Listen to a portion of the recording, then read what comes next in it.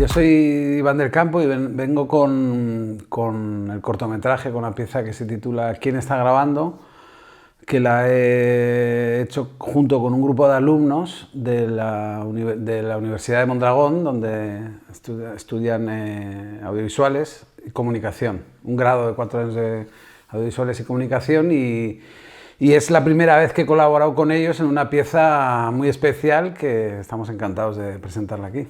Esta pieza sí que ha nacido, ha llegado de una manera muy inesperada, ¿no? Porque en comparación con otros trabajos que he hecho más convencionales de ficción o de documental, de ir tú a rodar o incluso de montar material de archivo, este ha llegado de una manera muy inesperada, ¿no? Fue en plena pandemia, a la primera semana del confinamiento. Yo estaba dando unas clases en esta universidad y después de una clase online, porque tuvimos que empezar a dar clases online, los alumnos, o un grupo de alumnos, siguió en esa videollamada, que sin ellos saberlo, ni yo saberlo, me llegó a través de la nube, como un regalo, a mi email.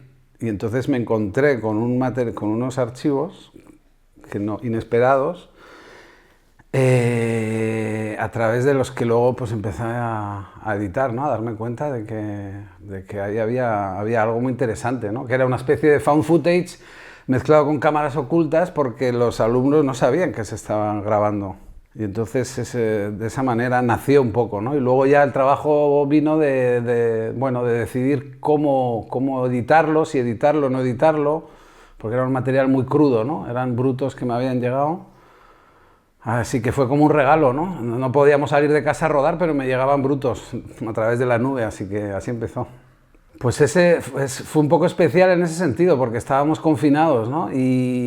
Pero, como decía, pues eso, me llegó un material bruto a través del email, y tuve primero esas dudas, ¿no? De decir, uy, este material no es para mí, ¿sabes? Era un material que en teoría no era para que yo lo viera, pero con mi formación profesional, digamos, pues no pude resistirme a verlo, ¿no? Con ese ejercicio de voyeurismo al que no me pude resistir, y descubrí que estaban mis alumnos confinados hablando entre ellos en ese material, ¿no? Y a partir de ahí, empezó el proceso de colaboración con ellos, de decirles lo que me había encontrado y de decidir qué hacer con ese material que me sorprendió muchísimo, ¿no? Y que creo que luego la intención ha sido pues que quede como un testimonio de cómo 5 estudiantes estaban tratando de sobreponerse al shock de quedarse encerrados en casa, ¿no? A esas edades. Pues sí, bueno, esa es una de las preguntas, ¿no?, que siempre te haces al arrancar un proyecto, o en el mismo proceso del proyecto y continuamente, ¿no?, hasta cuando se proyecta o cuando llega al público y demás. Entonces nunca se sabe, ¿no? Nunca se sabe qué es lo que puede funcionar o de qué manera o a quién va a llegar y qué le va a sugerir o qué le va a provocar o no. Pero bueno, como fue algo que a mí, como un primer espectador, ¿no?, un primer voyeur, me impactó mucho y me pareció que era un documento, bueno, un material muy interesante, ¿no?, para contar eso, como esa situación tan excepcional que nos pasó, que nos tocó vivir a todos, pues contada de esa manera tan cruda, ¿no?, tan cruda y tan sin ninguna mediación, ¿no?, o sea, como muy en bruto, ¿no?, que es como, digamos, el ideal del documental, ¿no? O sea, que no haya cámaras, que no haya una conciencia de una cámara, y bueno, ese ideal de la cámara oculta, ¿no?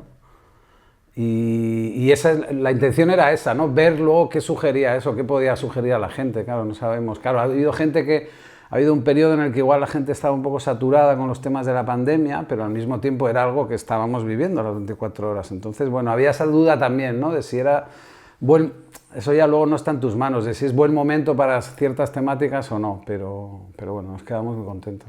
Pues eso veremos dentro de 10 años cómo respira, ¿no? Pero sí, es verdad que a veces sí, se dice, ¿no? Hay esa corriente de que se dice, bueno, hay que esperar para temas traumáticos, hay que esperar un tiempo, ¿no?, para mirarlo desde una distancia y tal, pero desde otra perspectiva puedes decir, bueno, ese tiempo igual no llega, o vete a saber qué nos espera de aquí a 10 años.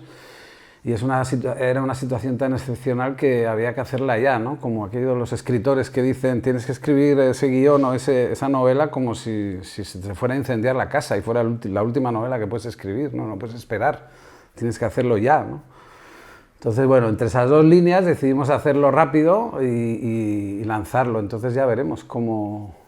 Es muy difícil, ¿no? Imaginarte de que a 10 años... que se verá de otra manera, tendrá otra lectura o tendrá otro sentido, ¿no? Depende de cuántas pandemias pasemos de aquí a 10 años, o no, o se quede como esa anécdota.